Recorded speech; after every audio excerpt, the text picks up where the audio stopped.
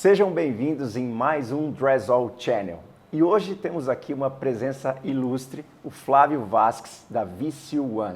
É um prazer recebê-lo, receber aqui a tua presença e escutar um pouquinho da tua história, aquilo que você viveu e imagina para o futuro em termos de arquitetura, de concessionárias, do mercado automotivo, etc. Mas a gente estava conversando ali nos bastidores e o papo foi, né? Como que a arquitetura entrou na vida do Flávio? Conta para mim agora com calma, nos detalhes, da onde saiu essa ideia de fazer arquitetura? Bom, Daniel, você está se aproveitando de uma conversa, né? Então eu já estou vendo que a gente tem muita coisa para falar. Você vai ter que abrir o jogo, né? Agora. Não, é porque é interessante a gente entrar no assunto, né? Do que um dia nós pensamos em ser e a gente conseguiu ser. E eu venho do interior, e no interior a gente quer ter a possibilidade de melhorar a qualidade de vida da família, ou seja, ter uma condição melhor. Ter uma condição melhor, às vezes, é ter uma profissão que te dá, no seu desempenho, uma condição financeira de retorno, né? É bonito a gente falar mais velhão assim do que quando é jovem. Quando é jovem, a gente sabe onde a gente vai dar. E aí, quando eu fiz todos os meus testes de aptidão, deu arquitetura. E eu fazia, juro, para dar medicina ou engenharia. É mesmo? É. Mas era um desejo familiar ou era teu? Eu vim de uma base boa, simples, e lá na década, lá na década de 70, 80, né? Você viu os carrões, né? Não existia ar-condicionado, então era uma outra história, né? As casas eram outro formato, né? Sim. Não tinham essas paredes lindas que a Dressall faz aqui para todo mundo ver, né? Não existia isso. Não existia a possibilidade, imagine, de um forro iluminado, né? Exalando um cenário, né? Claro. Para um ambiente. Era muito diferente, era tudo muito simples. E a gente pensava simples. Então, por uma questão de vislumbrar esse futuro, eu falei, queria que desse medicina ou engenharia, mas deu arquitetura. E eu cheguei para o meu pai e falei, pai, deu arquitetura. Daí ele falou, pô, filho, eu não posso falar, né? Tenho que cortar, né? Eu não quero um filho, né? Então, eu falei, tudo bem. E aí eu prestei a prova no Rio de Janeiro, Sesgran Rio, passei. Uau. E fui para o Rock in Rio e não voltei. E assim eu fui crescendo dentro da indústria com a certeza que o RH não é realmente a área fundamental para o teu crescimento. Eu vejo esse defeito na maioria das empresas. Não é? Não é. Não é. Acho que o crescimento de uma empresa... Hoje nós temos praticamente 200 funcionários presenciais, 170 e poucos, mais 20 flutuantes e mais tantos outros fora, né, das empresas que nós temos. E não é o currículo, não é o currículo. É a conversa, é um bate-papo e não precisa ser a idade, não é 20 anos, nem 70 anos.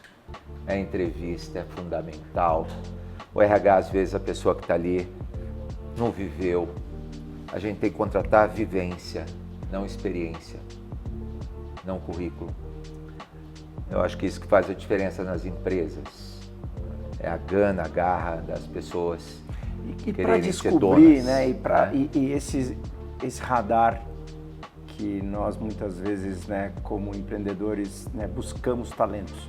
A nossa busca são talentos para que esses talentos possam somar as habilidades que a empresa possui.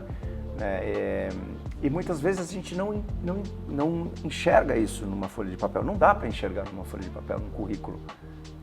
E realmente, numa conversa, a energia da pessoa, aquilo que você percebe em termos de contrapartida, de envolvimento, né, do quanto de amor a pessoa está presente ali, sem dúvida nenhuma, Mas é muito desafiador, né? Eu acredito hoje que para você chegar num patamar de um número de colaboradores desse, muitas cabeçadas existiram.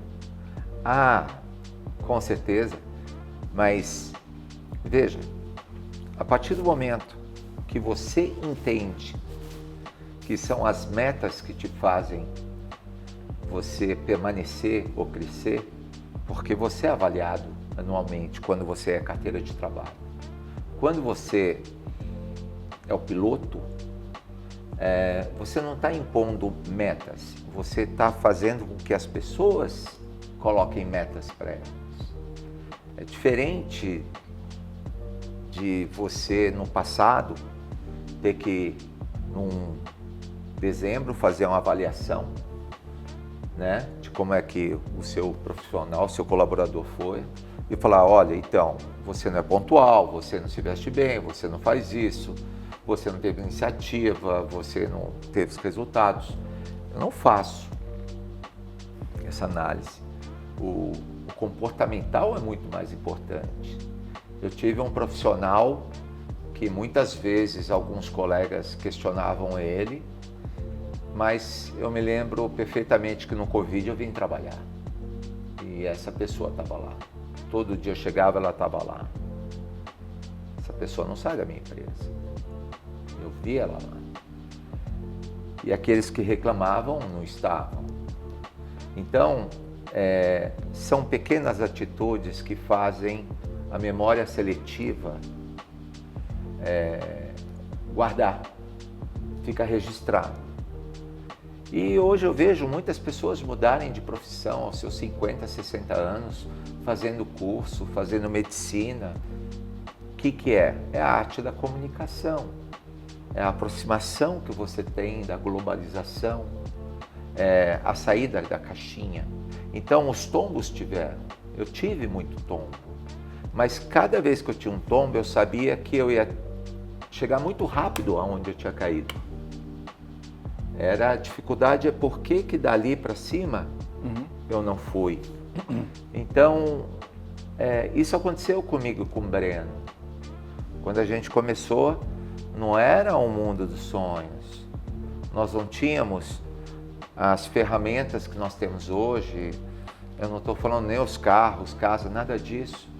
Nós não tínhamos realmente estrutura. Às vezes a gente ia para o Rio de Janeiro, dormia no carro, vamos pegar um cliente. E esse cliente que nos deu a oportunidade, ele é um cliente que hoje a gente trata ele com muita diferença em relação ao cliente novo. Não adianta falar para mim, esse cliente é poderoso, é grande, eu não vou esquecer aquele. Aquele estava comigo. Aquele que te deu a oportunidade enquanto você estava memória iniciando. Seletiva. É legal, por exemplo, eu entrar aqui, né, na Dressol, lembrar quando eu entrei a primeira vez lá em Curitiba, e eu sei que lá era um pouco mais apertado, um pouco mais distante, era um tom mais verde, eu acho, o azul, aqui é um tom mais quente. Né? Você tem um tempo aqui menor para o seu cliente ver, porque aqui em São Paulo é tudo muito corrido. Lá em Curitiba, não. Se eu vou em Curitiba, eu já quero um café, um pão de queijo, quero permanecer. Exatamente. Aqui não, eu venho aqui já vendo se o tempo vai. Mas vocês foram muito rápidos, vocês tiraram a relação com o exterior para eu não saber que horas são, para eu me perder aqui e ficar muito tempo, né? Então, a arquitetura é isso. A arquitetura é você brincar com a vida dos outros, né? Com os movimentos dos outros, com as mensagens subliminares, né? Com o ar-condicionado, com a temperatura de venda. Temperatura de venda é uma, temperatura para mostrar o produto é outra. Né? O piso debaixo da mesa é carpete. Não, carpete é problema. Não, carpete descansa o pé, aumenta o tempo de permanência do cliente na ação de compra, né? Menos quinas, a madeira isola, né? Os seus 36 graus daqui, 35 graus, em relação a uma pedra que era a suntuosidade, né? Não afasta o cliente, eu tenho que aproximar o cliente. Então, quando a gente entra na questão da arquitetura, dos elementos, do toque, né? A gente vem buscando todo o repertório dessas viagens, do primeiro emprego, das relações, do crescimento, porque naquele momento você não pode errar. E aquele momento não é a sua história, não é o seu negócio. Quando a gente trata de arquitetura comercial, jurídica, negócio dele, eu tenho que ver capital, claro. Eu não tenho que ver sentimento, eu tenho que ver dinheiro. Precisa ser vestir o sapato dele, sim, entender as dores que ele sente, entender do próprio negócio, da concessionária, sim, da vida, daquilo que acontece. E transformar aquilo, sim, em uma releitura, naturalmente. Ele espera algo novo. Um cliente que vem até a VC1 espera algo inovador. Não espera a mesma coisa que ele já vive. Nós estamos caminhando para países de terceiro mundo, tipo uma Indonésia, né? Sim. Acho que é Indonésia ou Tailândia, eu posso estar confundindo. 270 milhões de habitantes, nós estamos com 240, 250.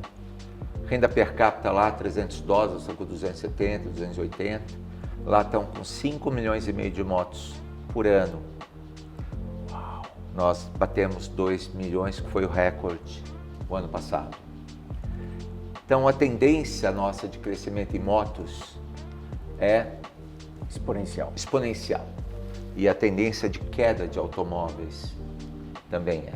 Só que nós estamos vendo uma chegada de várias marcas provenientes da China, produtos maravilhosos que exalam conforto, beleza, né? É um respeito à sustentabilidade, com a eletrificação, né?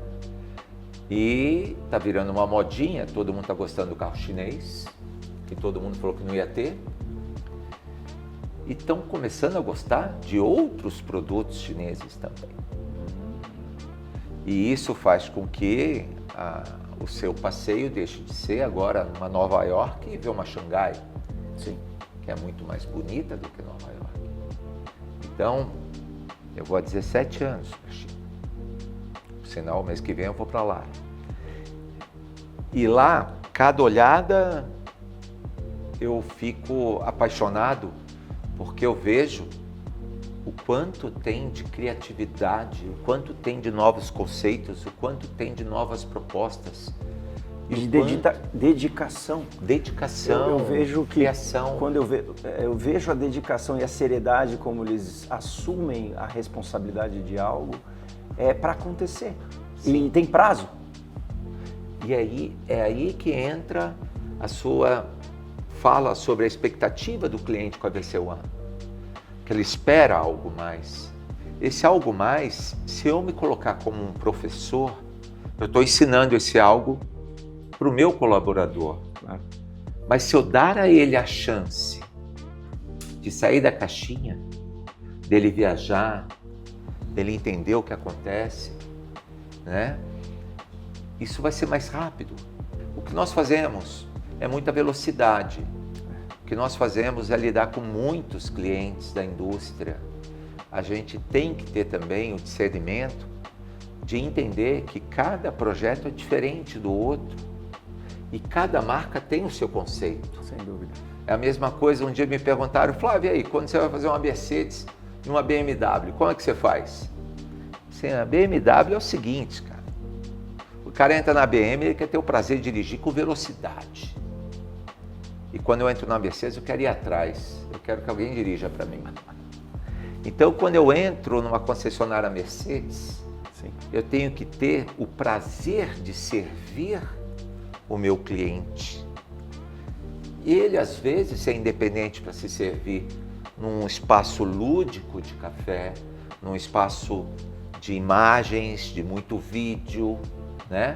O tom preto, escuro. Sóbrio. Eu sei que a roupa dele é diferente.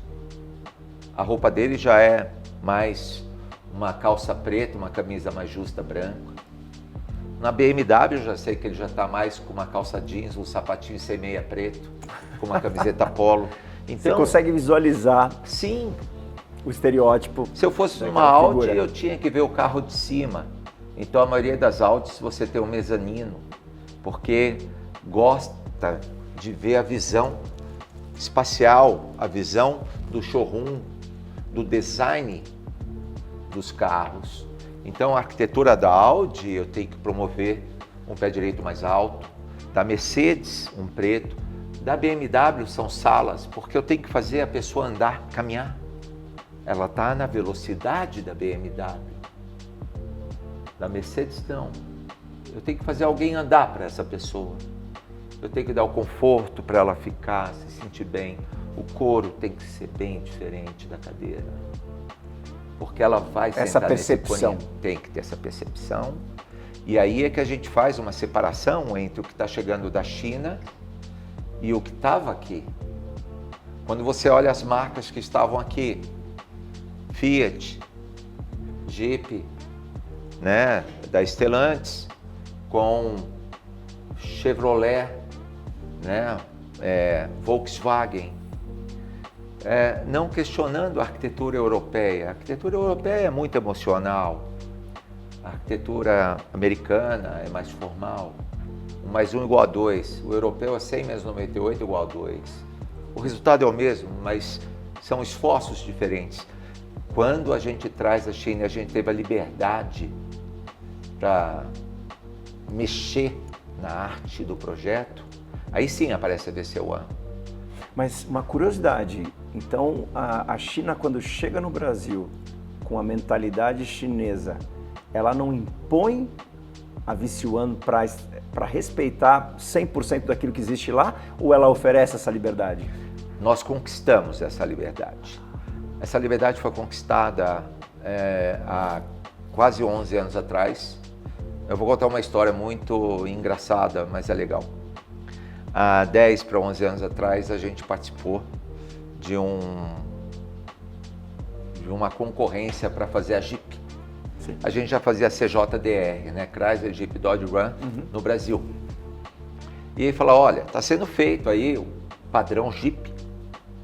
Vai vir a fábrica para o Brasil e vocês que fazem, se vocês quiserem fazer uma proposta, tudo bem.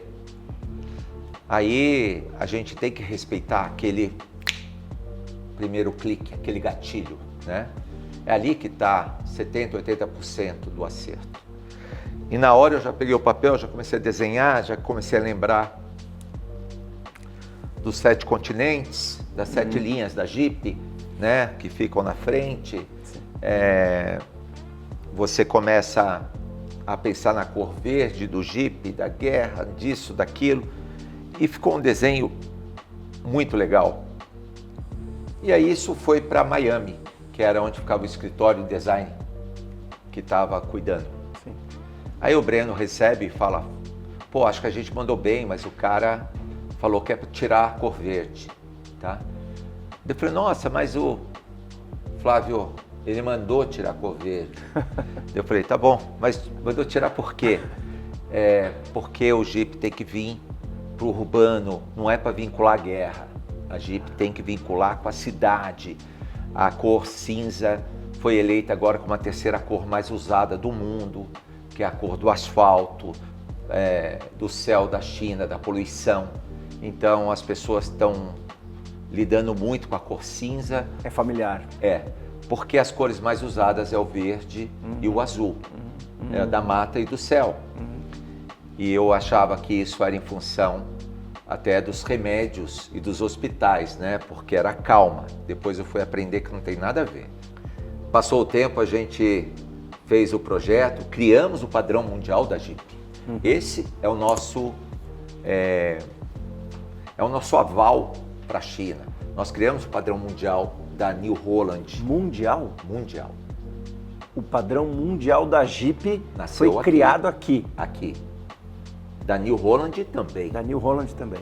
Então, antes a gente recebia todos os guides vindo de fora. E aí isso foi para lá. Existia um executivo da Jeep que chamava Kettler. E um belo dia, eu e o Breno, a gente tinha, né? A gente parou com isso. Um sempre aprontava para o outro nos aniversários, né? Umas brincadeiras, né? Era muito divertido.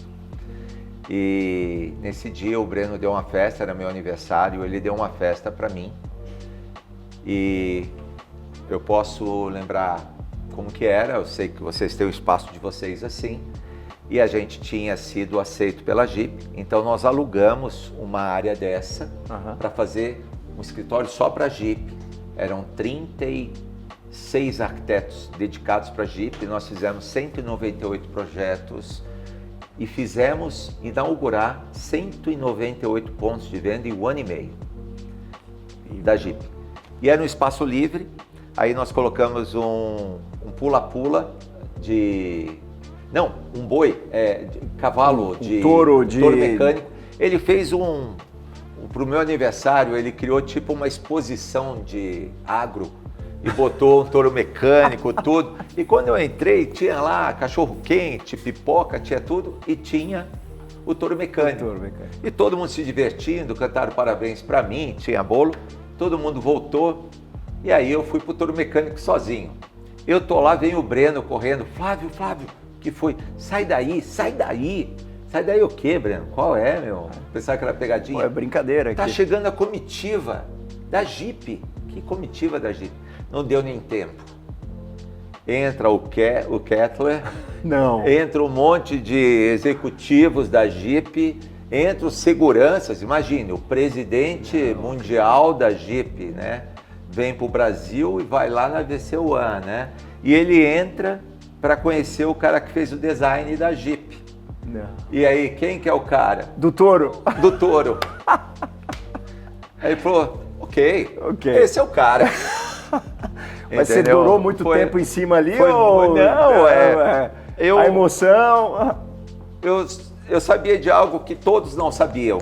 Todo mundo com a formalidade com o cara, a maioria não falava inglês, nada, mas eu sabia que ele era casado com uma brasileira. Então eu cheguei perto dele, quando ele chegou perto de mim para falar comigo em inglês, falei, em português? Inglês. Aí ele, diz ok, e saiu, ou seja, os caras continuando falando mal dele, porque ele era muito chato. E ele entendendo tudo. Mas ele entendendo tudo. E assim a gente começa. Então, se eu voltar lá na nossa conversa sobre o RH, sobre isso, sobre aquilo, muitas vezes a oportunidade passa e você tem que estar preparado. E eu acho que eu estava preparado para todas as oportunidades que me deram para continuar com aquela veia esportiva, aquela gana de competitividade, de fazer rápido, fazer acontecer, não ter pressa para ir embora, ficar até mais tarde. Talvez seja isso que eu tenha visto naquele colaborador que ficou no Covid. Ele não estava olhando ali a hora extra, ele não estava olhando ali a fala dele ou o que os outros falavam. Esse é o meu modo de avaliação. Eu ainda sou um pouco o cara antigo, mas eu adoro ficar criando coisas novas. Sim. Então eu tenho esse lado de respeito ali a identidade, né? Outro dia eu ouvi uma pessoa falando, né? Poxa, quando eu nasci, o meu pai me deu o nome, me viu pelado e me vestiu pela primeira vez. E hoje eu tenho que ver meu pai pelado, vestir ele pela última vez, né? Existe uma história que a gente tem que se pautar de respeito. Então, reconhecimento.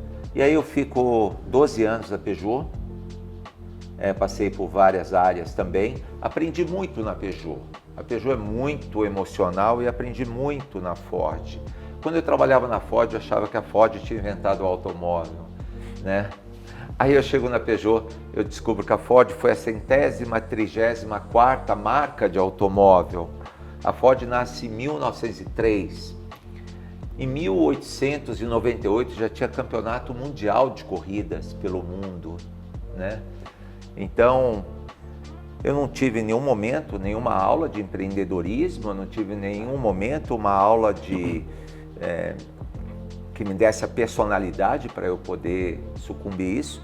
Em nenhum momento me deram esse pensamento de ser especialista.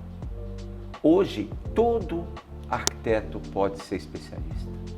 Eu posso estar falando com o Daniel, o maior especialista em transformação de ambientes pleno.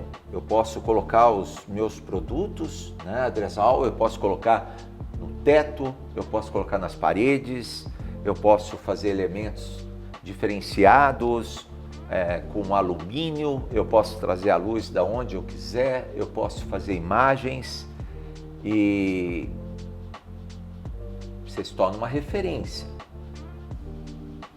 Eu, quando for procurar alguma coisa nesse cenário que envolva esse material, eu vou procurar quem? Num primeiro momento, a Dressal. No segundo momento, eu vou descobrir o Daniel.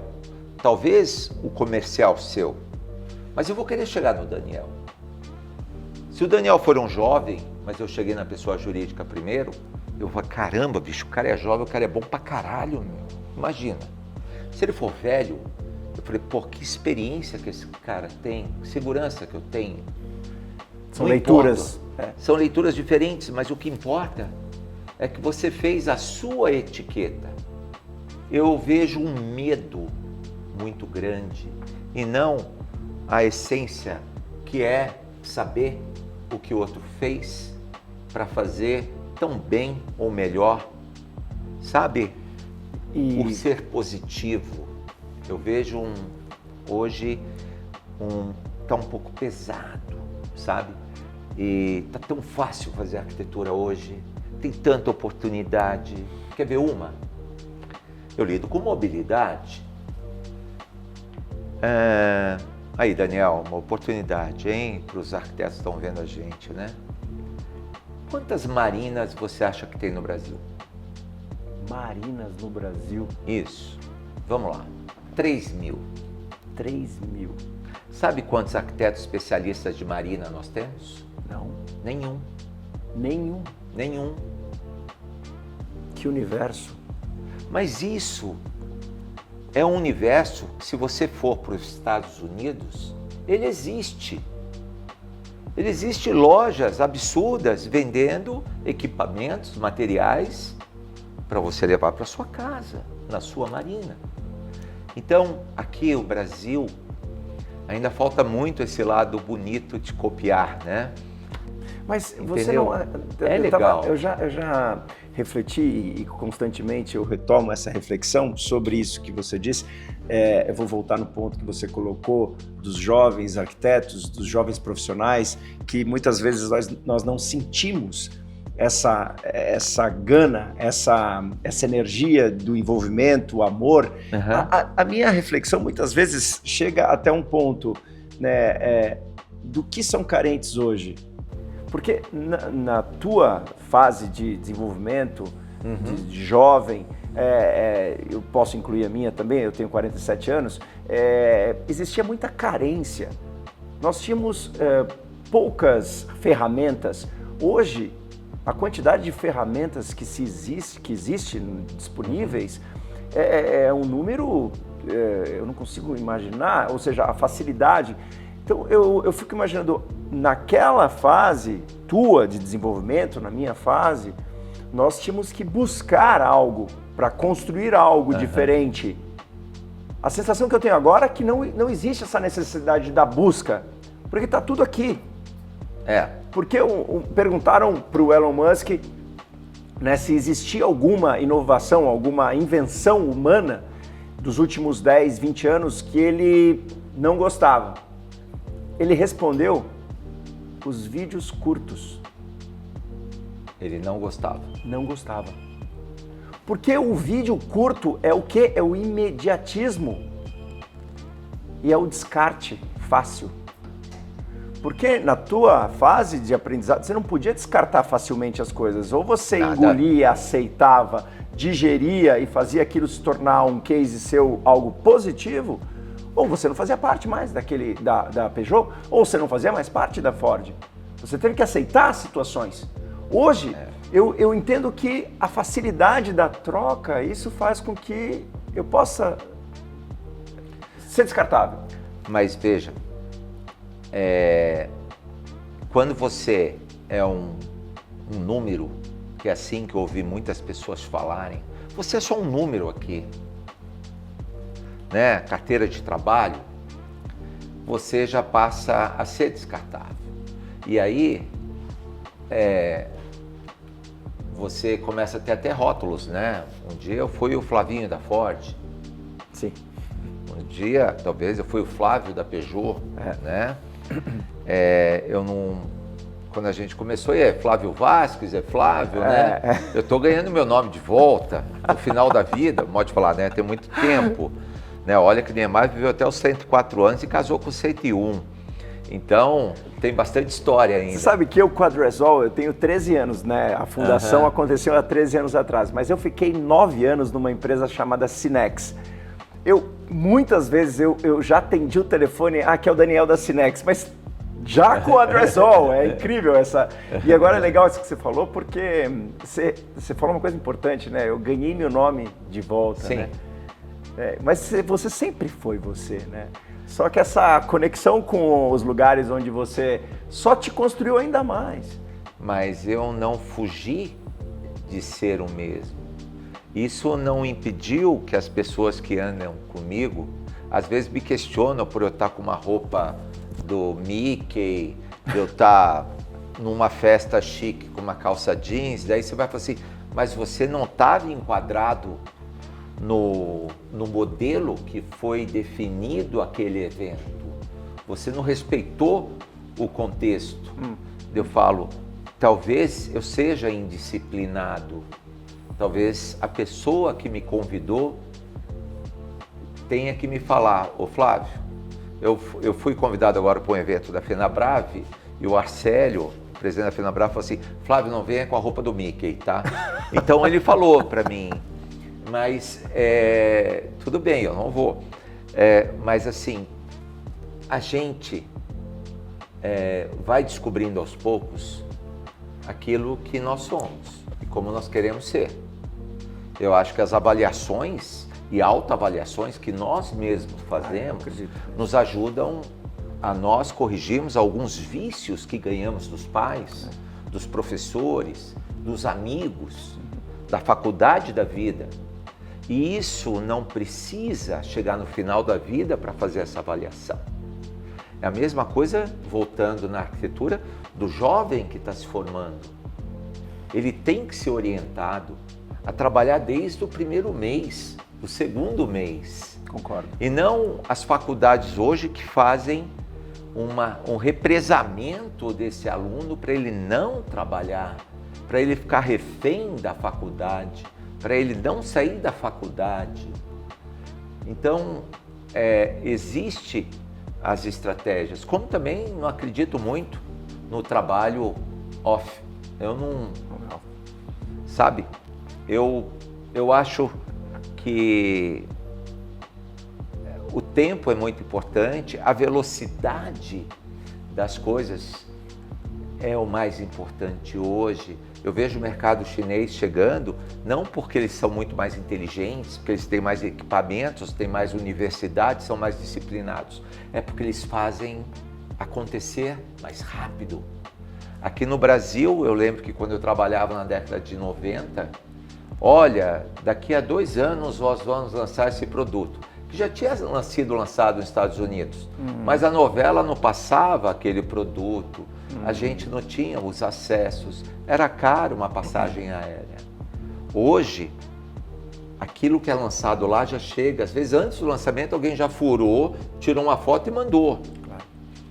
Então, a velocidade é quem está fazendo a diferença. Como é que é o comportamento hoje, né, da sua empresa ou da minha empresa? É ter cada vez mais a velocidade de entendimento do cliente para que a gente já mate 70% daquilo Resposta. naquela, porque é tudo muito rápido.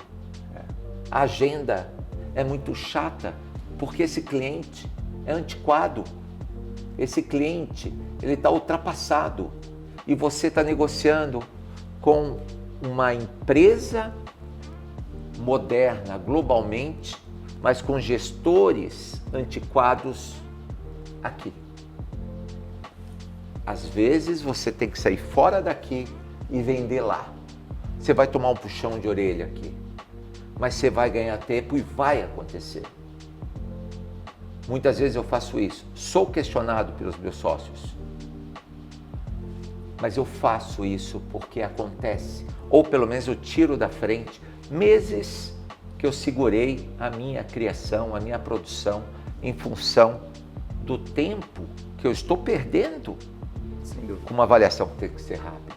Nós não vendemos projetos, nós otimizamos tempo e a gente está formando cada vez mais arquitetos residenciais que estão melhorando a casinha que ele nasceu. Eu queria que aquele cara sonhasse com aquela casa que nunca ninguém viu, entendeu? É uma distância tão longa. E é legal a gente fluir, né? Senão, ousar. Cada vez mais nós vamos ter que enxergar nas nossas empresas pessoas talentosas, mais velozes, que entregam, que sejam disciplinadas, mas que tenham vontade de fazer acontecer e que não enxerguem na gente o limite, que sejam mais assim, animadas em dividir conhecimentos, conversar. Isso é que faz a arquitetura sair da carteira de uma universidade e promover novas tendências, né? O mundo vai mudar, cara. Daqui a 10 anos vai ser uma confusão. Os faróis vão conversar, para o carro vai conversar com o farol, vai passar um aviãozinho, outro vai vir com o patinete, outro vai passar voando. E os Jetsons chegaram. Vai ser muito divertido. Que legal. Já Flávio, pensou você com tudo isso aqui dentro de todas as casas? Já pensou? Podendo mudar a minha casa? A reflexão, né, do nosso produto na extensão do futuro dele, eu acredito muito na arquitetura aberta, porque a arquitetura aberta, quando se fala em arquitetura aberta, se oferece uma liberdade de você brincar com os espaços da maneira com que você imaginar, né, de forma personalizada. E a iluminação, deixando de existir em pontos focais do teto e as paredes se transformarem em luminárias, e teto, paredes, divisórias, isso vai te dar mais leveza para a arquitetura. Então a própria construção do edifício, ela poderá ser diferente no sentido de ter que resistir menos peso, ou seja, não preciso mais de paredes em alvenaria, eu posso ter paredes em tecidos, sim, com texturas diferentes, com acústica diferente, e aquilo pode ser flexível com o meu viver ali dentro. Eu acredito muito que a extensão, que o futuro da Dressol está muito vinculado à transformação da arquitetura de interiores, para que, de alguma forma, o tijolo, o cimento, possa sair de dentro desse espaço, que muitas vezes não é necessário. Né? Hoje temos sim evolução em drywall, mas eu imagino que a casa no futuro vai me oferecer possibilidades da luz acontecer de forma difusa. Como você já imaginou, já viu por aí aqueles filmes de ficção onde você entra numa nave alienígena e aquelas paredes desenhadas acendem. Eu sinto que nós, na estrada que nós estamos em busca e percorrendo, esse é o caminho que eu acho que o futuro da arquitetura de interiores interno, né, dentro inclusive de lojas, vai abrigar, vai desejar. E é o que você falou, eu acho que tem que inovar, tem que buscar, tem que se arriscar e tem que errar. Você vai errar, são escolhas e cada passo errado é menos um erro na tua história para que você chegue. E essa busca constante, quando você entende ela dentro do seu coração e coloca isso como peça fundamental para a tua realização, é inevitável que em algum lugar você vai chegar. E essa consciência, essa certeza, ela tem que permanecer. Eu acho que aí sim você consegue ver resultado e medir isso olhando para trás. E eu vou te confidenciar, eu sei que a gente já está chegando no final desse bate-papo, né? Eu tenho um monte de ideias para você. Oba! São bem-vindas! E isso é legal. Eu não sou um jovem de 17, eu sou um jovem de 57. Mas eu cheguei aqui, eu comprei a ideia da Dresal. Só que eu não vou falar, porque senão um monte de gente vai copiar. Não, senhor. E é isso que também faz de nós sermos diferentes dos jovens. Nós amadurecemos rapidamente as ideias e a gente é capaz de entender os resultados que elas produzem. E a gente não faz sugestões jogadas. A gente coloca soluções realizáveis, porque a gente respeita o conhecimento e o entendimento, né, de quem nós estamos lidando. Existe, lógico, a empatia, existe a brincadeira, existe às vezes o amadorismo, mas o princípio, ele sempre é calculado em cima do realizável. Então, eu jamais saio de um espaço, de uma empresa, de um negócio, sem prover para mim que eu seria capaz de criar alguma coisa que eles não criaram. Isso me faz bem. Mas eu não falo para os outros. É um desafio próprio. É um desafio pessoal. Próprio. Meu. Que bonito. Ou seja, você sempre vai ter algo a buscar. Eu tenho que queimar os meus neurônios, cara. Eu tenho que fazer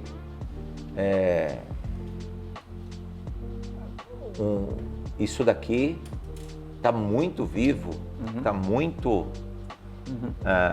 agradável, e isso faz bem, isso prolonga, né,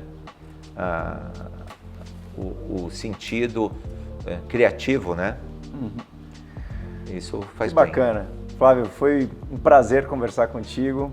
Muito bom bater o papo de arquitetura, né? Bom. Conversar. De forma livre, natural. Dividir. Isso é muito bom. É um prazer estar aqui com você. Eu espero que possamos vir mais vezes conversar no futuro. E estamos tão próximos aqui fisicamente, no mesmo edifício. Mas as nossas empresas se encontram nas JC, nas GACs, nas BIDs, nas Densas, que estão maravilhosas e que expressam, para quem está entrando, né, a busca da qualidade, né? Porque as concessionárias, elas estão se tornando cenários. Cada vez a gente busca ter menos luz entrando nas concessionárias para a gente exigir menos do ar-condicionado e para que a gente possa ter uma realidade melhor das telas, dos LEDs, uma imagem melhor, né? Então a gente tem que deixar o ambiente menos iluminado, né? E eu sei que algumas marcas não entendem isso e querem continuar mantendo aqueles, né, vidrões de 10 metros, jogando só para dentro, fazendo a galera que trabalha vendendo carro botar óculos escuros. Mas as nossas empresas se encontram com os nossos produtos, com a galera que ficou atrás disso na produção, na criação, e todos eles são mais do que artistas, mais do que designers. Eles são pessoas que gostam da cor, que gostam da luz, que gostam do novo. É muito bom, é uma galera muito feliz. É legal esse encontro. Na próxima vez a gente conversa mais sobre concessionárias e tal. Mas agora quem nos viu vai entrar e vai falar, pô, isso aqui é da Dressol, isso aqui foi a VC1, né? Exatamente. Isso faz bem. Teremos próximas. Obrigado. Teremos próximas. Tá bom. Valeu. Feito, maravilha.